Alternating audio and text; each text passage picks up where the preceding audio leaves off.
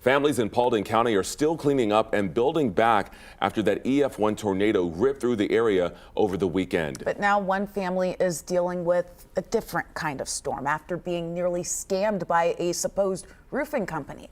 Our Chase Howell spoke with the family who says that they were nearly taken advantage of in a time of need.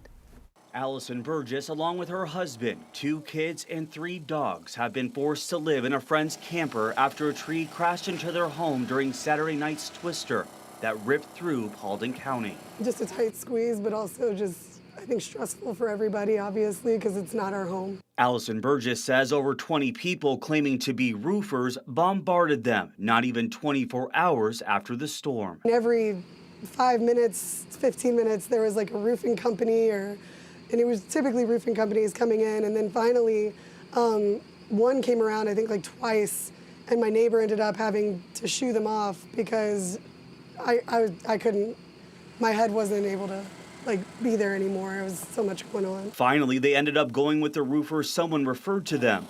But after the company got the tree off the house, things started to get weird. Apparently, your house should be boarded up, tarped, trees removed, gone, within a day, day and a half. And we were looking at 2.5 days, and he kept saying things like they're on their way, and then they wouldn't show up.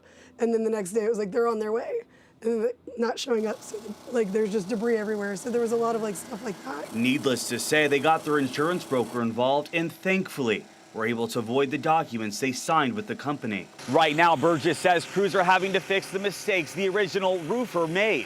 And because of those mistakes, she says the majority of her clothes and furniture are ruined.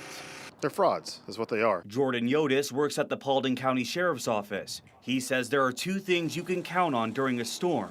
It will pass, and scammers will come next. Vet these people, talk to your neighbors, find out what they've told them. If they told them something different than what they're telling you, again, it's probably not true. So we can't drive this message home enough. If it doesn't feel right, if your gut is telling you that it's not right, it's not right. Call somebody else or ask them questions. Another tip Yodis has, don't give money up front.